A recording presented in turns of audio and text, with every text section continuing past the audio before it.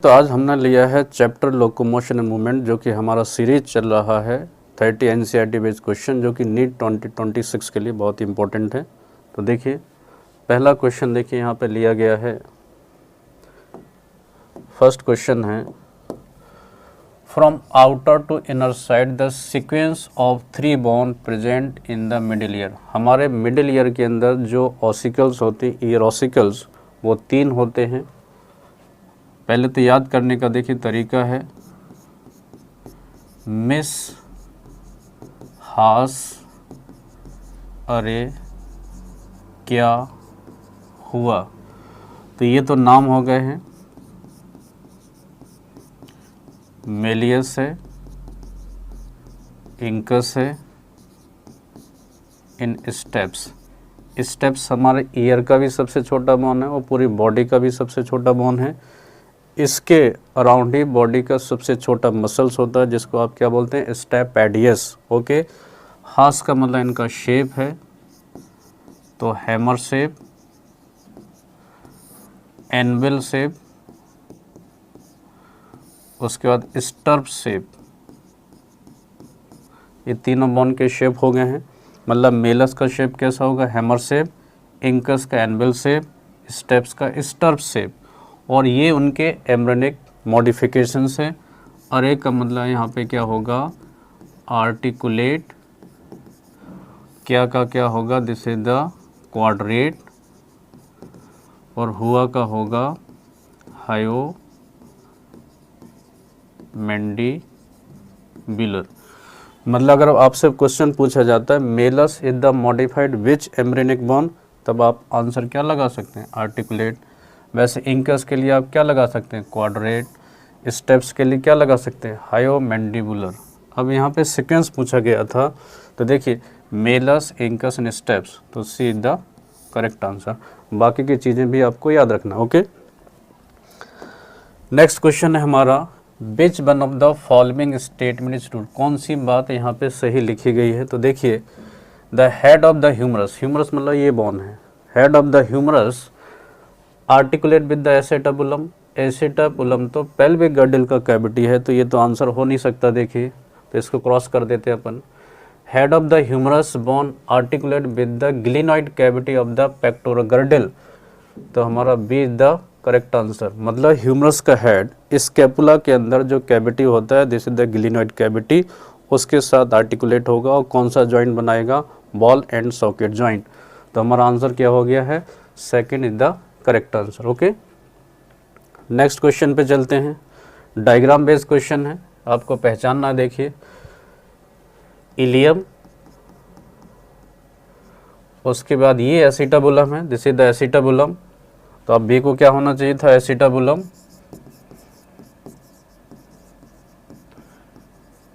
उसके बाद है इलियम हो गया है, ये इशियम हो गया है, this is the ischium.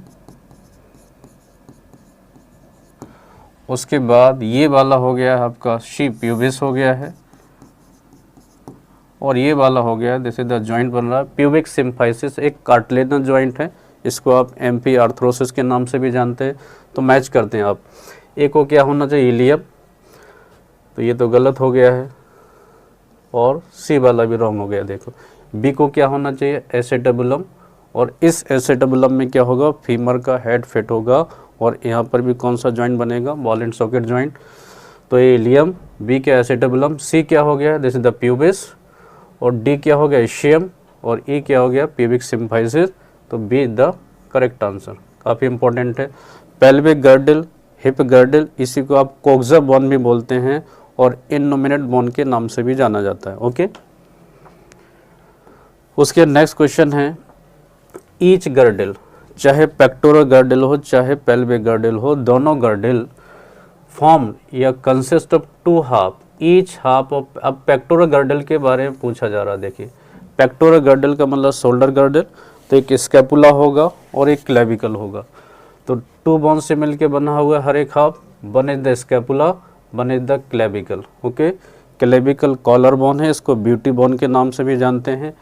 Scapula triangular flat bone होता है, सेकंड रिब्स से लेके 7th रिब्स के बीच में इसका पोजीशन होता है, आपको ध्यान रखना है। ओके, क्वेश्चन नंबर अगला है वो भी डायग्राम बेस है। देखिए अब ए तो क्या हो गया है क्लेविकल, बी क्या हो गया स्कैपुला, ए क्लेविकल है। देखिए ए को क्या होना चाहिए क्लेविकल, मतलब अपन के पास देखो क्लेविकल को कॉलर बोन के नाम से भी आप जानते हैं, तो ए तो आंसर हो नहीं सकता है।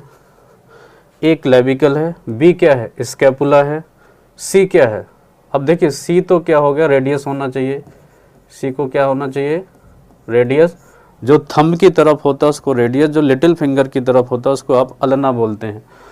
तो क्या होना चाहिए डी को होना चाहिए अल्ना, डी को क्या होना चाहिए अल्ना। अब डी को आप अल्ना देखते हैं, यहाँ पर भी अल्ना है, यहाँ पर भी है, यहाँ पर भी है। और ई को क्या होना चाहिए मेटाकार्पल्स, ई को मेटाकार्पल्स यहाँ पर भी है, तो कार्पल तो हो नहीं सकता है, ये रिस्ट बोन भी नहीं हो सकता है। और डी को क्या होना चाहिए मैंने बताया अल्ना होना चाहिए, तो वैसे आंसर क्या होगा सी इज द करेक्ट आंसर। एक बार मैच कर लेते हैं, ए द क्लेविकल कॉलर बोन है, बी इज द स्कैपुला है ट्रायंगुलर फ्लैट बोन होता है, सी क्या है रेडियस है, सी रेडियस है जो कि थंब की तरफ होगा रेडियस, डी क्या है अल्ना, इसको फनी बोन के नाम से भी जानते हैं। इसके अंदर एक प्रोसेस होता है जिसको बोलते हैं ओलेक्रेलॉन प्रोसेस, ओके। और ई क्या हो गया है यहाँ पे मेटाकार्पल, एक कार्पल्स है जिसको आप रिस्ट बोन के नाम से भी जानते हैं, ठीक है।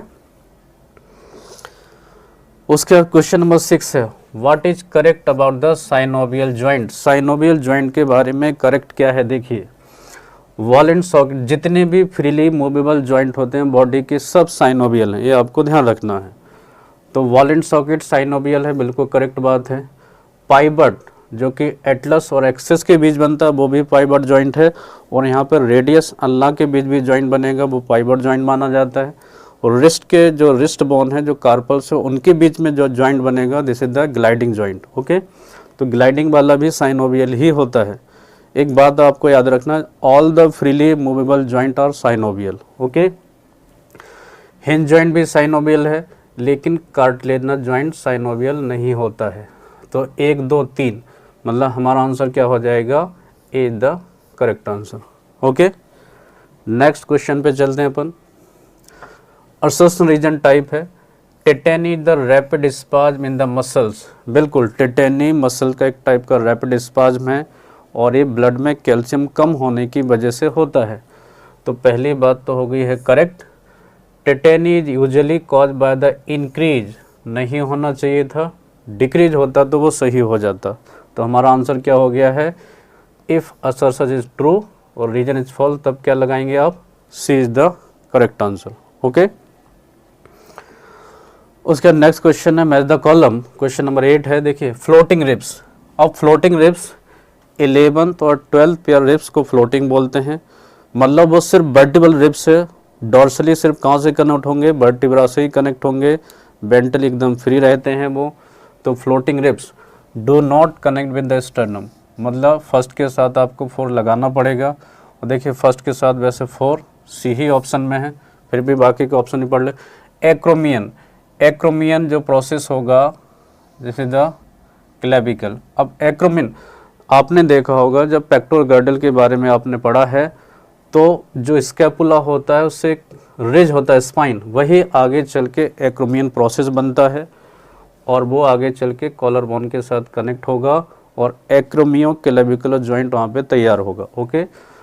तो 2 के साथ आप क्या लगा सकते हैं 3 लगा सकते हैं। स्कैपुला अभी मैंने बताया ट्रायंगुलर फ्लैट बोन है located between the 2nd and 7th ribs, तो 3rd के साथ क्या हो गया 1 हो गया है।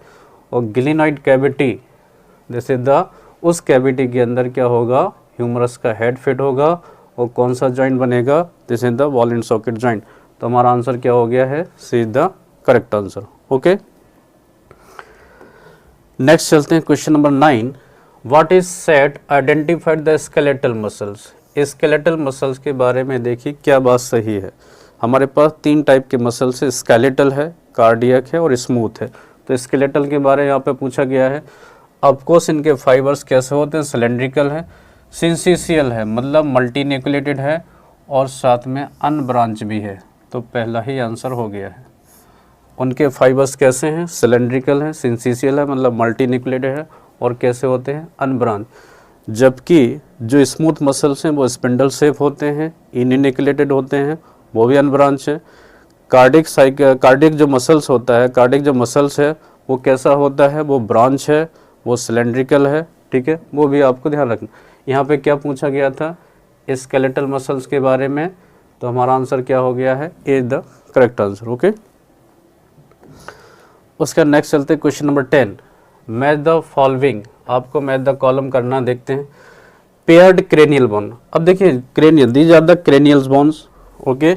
अब यहाँ पे F P T O S और ई, फ्रंटल है, पैराइटल है, टेम्पोरल है, ऑसिपिटल है, स्फेनॉइड है, ethmoid, these are the cranial bone, जिसमें पैराइटल पेयर्ड है, टेम्पोरल भी पेयर्ड है, बाकी के अनपेयर्ड हैं। ओके, तो पेयर्ड क्रेनियल बोन के अंदर या तो पैराइटल ऑप्शन होना चाहिए था या टेम्पोरल, तो अपने पास एक के साथ दो लगा सकते हैं, इतना तो कंफर्म हो गया है।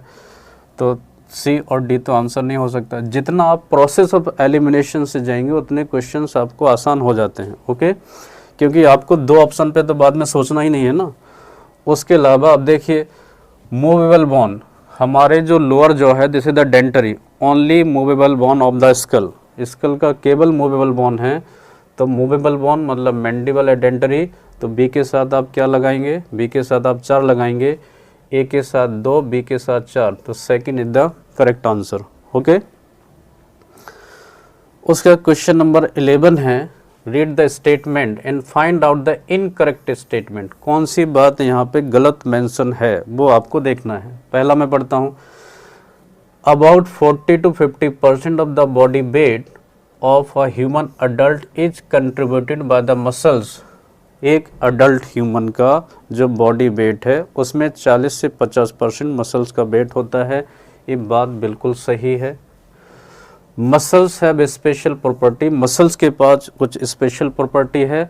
मसल्स के अंदर एक्साइटेबिलिटी होता है, मसल्स के अंदर कॉन्ट्रैक्टाइलिटी भी होता है, मसल्स के अंदर एक्सटेंसिबिलिटी, आप उसको खींच सकते हैं और खींचने के बाद वो वापस अपनी नॉर्मल पोजीशन पे भी आ जाती है, मतलब मसल्स के पास इलास्टिसिटी भी है। तो ये बात भी सही है। Based on their location, location के बेस पे 3 type of muscles identified, skeletal है, स्मूथ है, इन कार्डियक है, ये बात भी सही लिखा गया है। तो थर्ड भी सही लिखा गया है। Based on the appearance cardiac muscle are striated, they are involuntary, बिल्कुल सही बात लिखा है, इनवॉलेंट्री है, और नर्वस सिस्टम उनको डायरेक्टली कंट्रोल नहीं करता है। तो इसमें कोई भी बात गलत नहीं है, मतलब हमारा क्या हो गया है, D is the correct answer, मतलब यहाँ पे सभी स्टेटमेंट सही लिखे गए। ओके,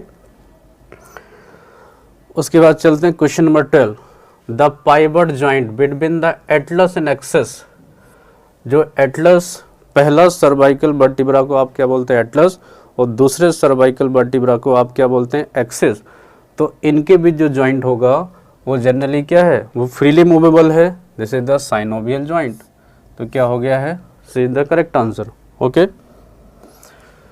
क्वेश्चन नंबर 13 है, देखिए 13 में क्या लिखा है, which of the following joint would allow no movement, मतलब ऐसा जॉइंट जिसमें मूवमेंट ही नहीं होता, वो फिक्स जॉइंट हो गया है, this is the fibrous joint. तो हमारा आंसर क्या हो गया, fibrous joint.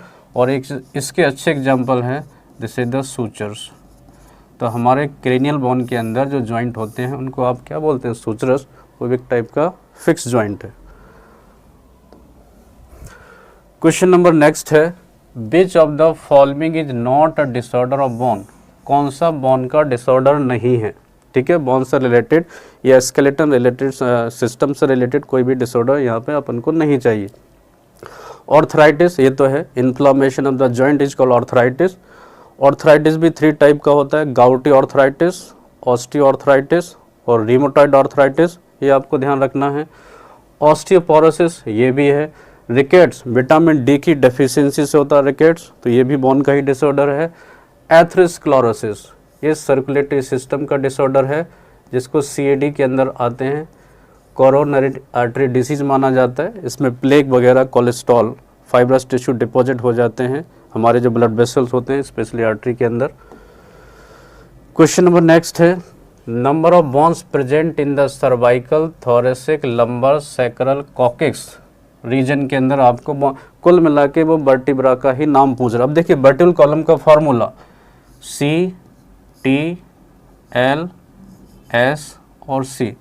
Cervical 7, thoracic 12, lumbar 5, sacral 5 से बन बना है तो फ्यूज होके, कॉकिक्स 4 से बन बना है तो फ्यूज होके। ठीक है, मतलब कुल मिला के वर्टिब्रा का नंबर ही पूछा गया है। तो देखिए वैसे भी C is the correct answer. Cervical 7 है, थोरेसिक 12 है, लंबर 5 है, सैक्रल और कॉकिक्स बन बन हो गया, लेकिन ये फ्यूज वर्टिब्रा है, ये आपको ध्यान रखना है। ओके,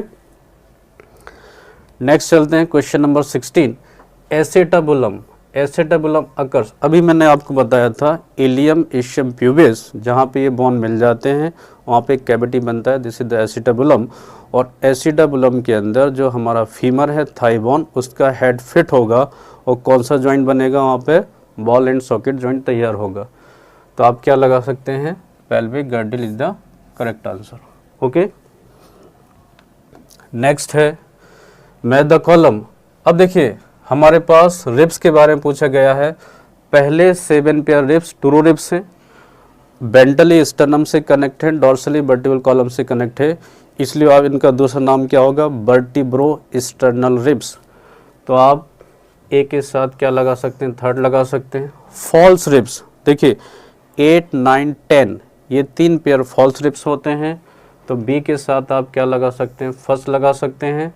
फ्लोटिंग रिब्स 11 और 12 नंबर का जो पेयर है वो फ्लोटिंग रिब्स होगा, मतलब वो 2 पेयर हो गए। सी के साथ आप 2 लगा सकते हैं। तो ए के साथ 3 देखते हैं, देखिए या तो इसमें है या तो इसमें है। बी के साथ आपको क्या देखना, बी के साथ 1 देखना है फ्लोटिंग, तो बी के साथ 1, और सी के साथ क्या हो गया है, सी के साथ आप 2 लगा सकते हैं। तो B is the correct answer, ये आपको ध्यान रखना। ओके,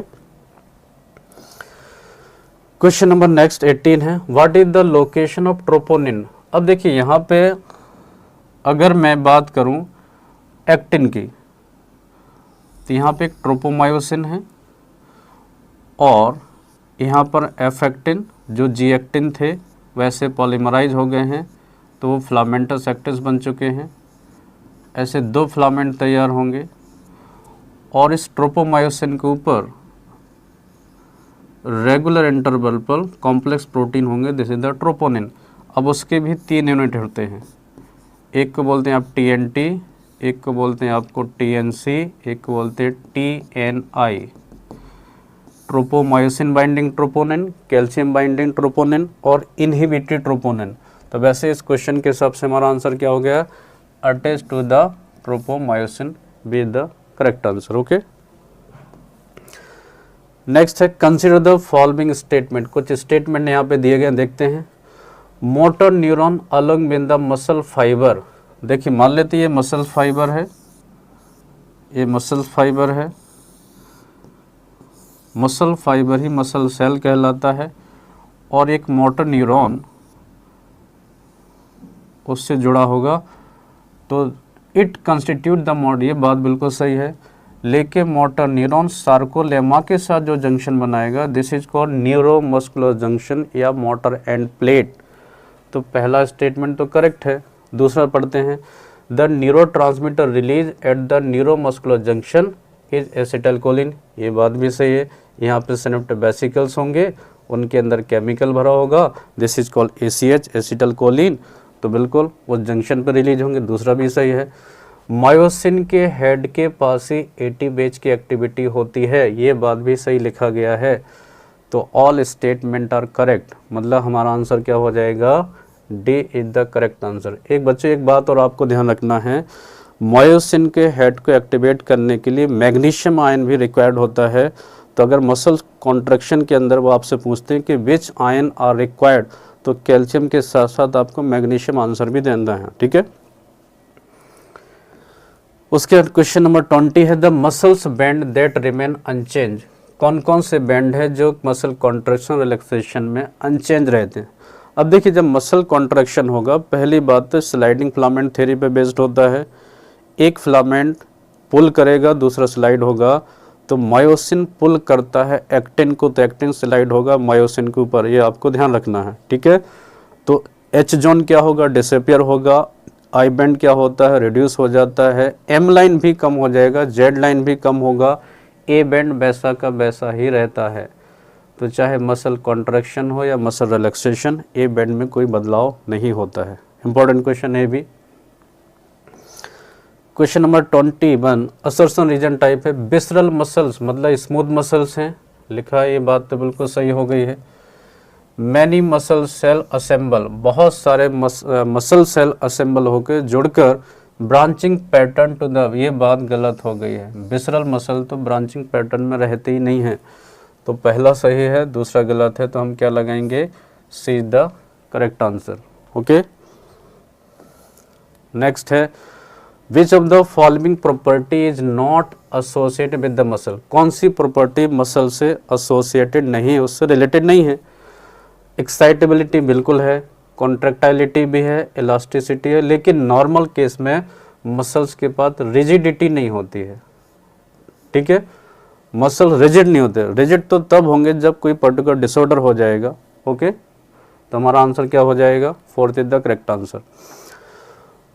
23 है ओरिजिन ऑफ मसल, जनरली हमारे मसल्स मीजोडर्मल इन ओरिजिन होते हैं, with few exception muscles of iris and muscles of ciliary body वो एक्टोडर्मल है। तो अगर आपसे पूछा जाता है आयरिस के मसल्स कैसे हैं, तो आप डेफिनेटली एक्टोडर्मल आंसर दे सकते हो, नहीं तो आपको जनरल आंसर क्या देना है, मसल्स मीजोडर्म से ही डेवलप होते हैं, और हमारी बॉडी के अंदर 639 मसल्स होते हैं, ये आपको ध्यान रखना है, ठीक है।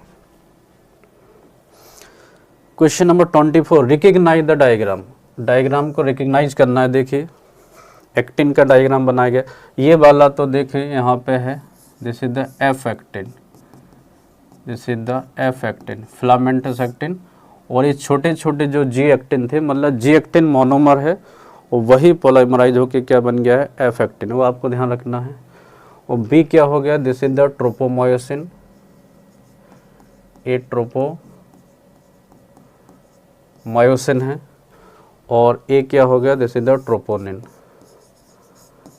ये ट्रोपोनिन है, और इसके अभी मैंने 3 यूनिट बताए थे, TNT, TNC और TNI। अब ऑप्शन आप मैच करते हैं, बी को क्या होना चाहिए था, ट्रोपोमायोसिन, बी देखिए ट्रोपोमायोसिन, वैसे एक ही ऑप्शन में बी को ट्रोपोमायोसिन, ए को क्या होना चाहिए, ट्रोपोनिन, और सी को क्या होना चाहिए, एफ एक्टिन, तो C is the correct answer.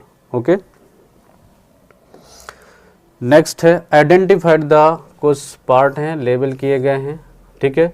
देखिए ए द स्टर्नम, ये क्या हो गया, जैसे द स्टर्नम, ये स्टर्नम है, और बी क्या हो गया, पहले 7 पेयर रिब्स का भी अपन ने क्या बोला था, ट्रू रिब्स, तो बी को होना चाहिए ट्रू रिब्स, और सी क्या हो जाएगा, this is the false ribs, 8, 9, 10 क्या है, वो फॉल्स रिब्स हैं, तो ए स्टर्नम है, बी क्या है, ट्रू रिब्स है, और सी क्या है, ये फॉल्स रिब्स है, तो हमारा आंसर क्या हो गया है, second is the correct answer. ये भी डायग्राम NCERT से लिया गया है, सभी इंपॉर्टेंट क्वेश्चंस हैं। 26 पे चलते हैं, which of the following vertebrae are fuse, कौन से वर्टिब्रे फ्यूज माने जाते हैं। अभी मैंने लिखा था कॉकेक्स और सैक्रम जो वर्टिब्रे फ्यूज वर्टिब्री हैं, तो या तो कॉकेक्स होना चाहिए था, सैक्रम या सैक्रल, तो second is the correct answer. Okay, next है 27, select the correct statement with respect to the skeletal system in the human, human के स्केलेटल सिस्टम के बारे में करेक्ट क्या है। देखिए एक्युमुलेशन मतलब डिपॉजिट हो जाना of the uric acid crystal in joint cause their inflammation, बिल्कुल ये बात सही लिखी गई है। This is called gouty arthritis, ये आपको ध्यान रखना। और यूरिक एसिड तब बनता है जब प्यूरिन का डिग्रेडेशन होता है, तो अगर प्यूरिन और यूरिक एसिड का कुछ रिलेशन है ऑप्शन में, तो अब आप आंसर सही लगा सकते हैं। Okay, the vertebral column has 10 थॉरस, ये गलत हो गया, 10 की जगह क्या होना चाहिए था, यहाँ पे 12 होना चाहिए था। The joint between the adjacent vertebrae fibrous नहीं होता, वहाँ पे क्या होता, कार्टिलेजनस होना चाहिए था, तो दूसरा भी, ये तीसरा भी गलत हो गया है। The decrease level of progesterone, जबकि डिक्रीज लेवल ऑफ ईस्ट्रोजन होना चाहिए था, तभी हमारा आंसर क्या हो गया है, first is the correct answer. Okay, उसके बाद 28 पे चलते हैं। Which one of the following is the correct description of certain part of the normal human skeleton. Normal human skeleton के बारे में क्या बातें करेक्ट हैं? Parietal bone and temporal bone of the skull are joint by the fibrous joint. ये बात बिल्कुल सही लिखी गई है। उसी का भी क्या नाम दिया था मैंने? Sutures. Okay. The first vertebra axis की जगह क्या होना चाहिए था? This is the atlas. तो दूसरा रॉन्ग हो गया, पहला ही वैसे सही है। थर्ड भी पढ़ते हैं। 9th and 10th pair of ribs are called the floating, जबकि क्या होना चाहिए था? 11 एंड 12 पेयर होना चाहिए था। तो थर्ड वाला भी क्या हो गया है? रॉन्ग हो गया है। Glenoid cavity is the depression to which the thigh bone, जबकि गिलिनॉइड कैविटी के अंदर तो ये ह्यूमरस फिट होगा। कौन सा जॉइंट बनेगा? Ball and socket. तो फोर्थ भी गलत हो गया है। 29 है function of the long bone. Long bone के क्या काम है अडल्ट के अंदर? देखिए, ओनली सपोर्ट तो नहीं है, सपोर्ट एंड प्रोड्यूस आरबीसी। जितने भी वैसे ब्लड सेल बनते हैं हमारे लॉन्ग बोन में ही बनते हैं, तो उस हिसाब से दूसरा ऑप्शन भी रॉन्ग हो गया है। Support and produce WBC only, ये वाला भी गलत हो गया है। सपोर्ट प्रोड्यूस आरबीसी डब्ल्यूबीसी, साथ में आप प्लेटलेट्स भी ऑप्शन होता तो सही हो जाता है। तो आप क्या लगा सकते हैं? Fourth is the correct answer. Okay.